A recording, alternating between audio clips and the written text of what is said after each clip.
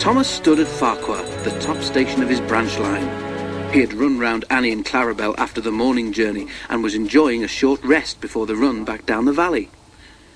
His driver and fireman stood beside his cab talking to the guard who'd brought startling news. "Did you know that the station master was burgled last night?" he was asking.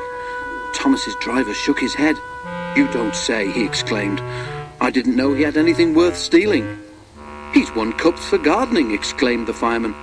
"All taken, and then the scoundrels had the cheek to pinch his car to carry them away in." "Not that new one he's so proud of," said the driver. The guard nodded, and at that moment the signal rose to show that the line was clear.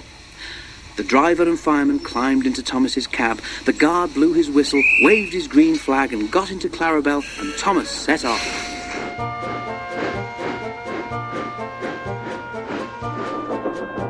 By the time they were through the tunnel, the train was running nicely. Road and railway were beside each other here, with only a stream between them. Thomas remembered his race with Bertie the bus. He'd only won because he could go through the hill, while Bertie had to go over it. A flash of colour on the road ahead caught his eye. He tried to go faster to look more closely. "Steady, Thomas," said his driver. "There's plenty of time." "Can't we get closer to that car?" panted Thomas. "It looks like station masters to me." "Lots of cars look like that," laughed the driver, but he opened the regulator and they began to draw level. There were two men in the car. They waved when they saw Thomas and tried to go faster. "That's the car all right, Thomas," said the fireman, "and those two must be the thieves. But we can't stop them, and they'll be gone long before the next station." "We need pencil, paper, and something to put a note in," said the driver. "We'll throw a message out at the next signal box." Quickly, he wrote the note, and they put it in the fireman's empty lunch tin. Then, drawing ahead of the car, Thomas whistled to attract the signalman's attention. They slowed so that the fireman could throw the box up to him, and as they went past, both driver and fireman shouted, "Police!" at the top of their voices. By now, the stolen car had gone well ahead, and Thomas did not see it again. But the signalman telephoned police headquarters at once, and the thieves were stopped at a roadblock about 10 miles further on. That afternoon, the Fat Controller travelled in Annie to Farquhar. When he got there, he and the station master climbed onto a porter's trolley. They told the passengers the whole story, and the station master thanked Thomas, his driver, and his fireman for their prompt action.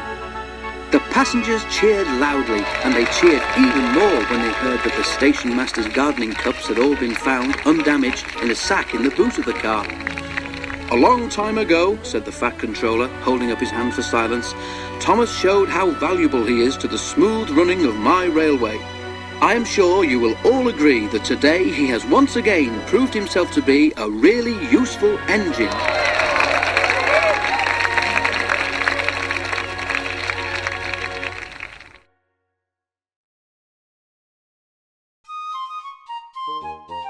Percy had never known Tom Tipper to be anything but cheerful. Tom was postman at Farquhar, and every morning he would have a cheery word for Percy as he helped to load the mailbags onto the train. Percy then took them to the town, where there was a big office for sorting the letters. But one morning, Tom wasn't there. A postman they didn't know just dumped the bags on the platform and bicycled off without stopping to help. "What's happened to Tom?" wondered Percy's driver. "And his old van," added the fireman. "No wonder the new chap looks fed up. Carrying mail bags on a bike would make anyone miserable." Tom was soon back, but without his van. During his illness, it had been decided that the van was too expensive to run. Poor Tom was no longer cheerful, and now had no time to help load the train. "I wish I could cheer him up," sighed Percy, the small engine. One day, a man came from the station office to tell Tom that some papers needed signing. "Oh dear," he said anxiously, "this is going to make me very late." He asked Percy to keep an eye on his bicycle while he was gone. He was gone a long time, and had not returned when Percy was ready to go.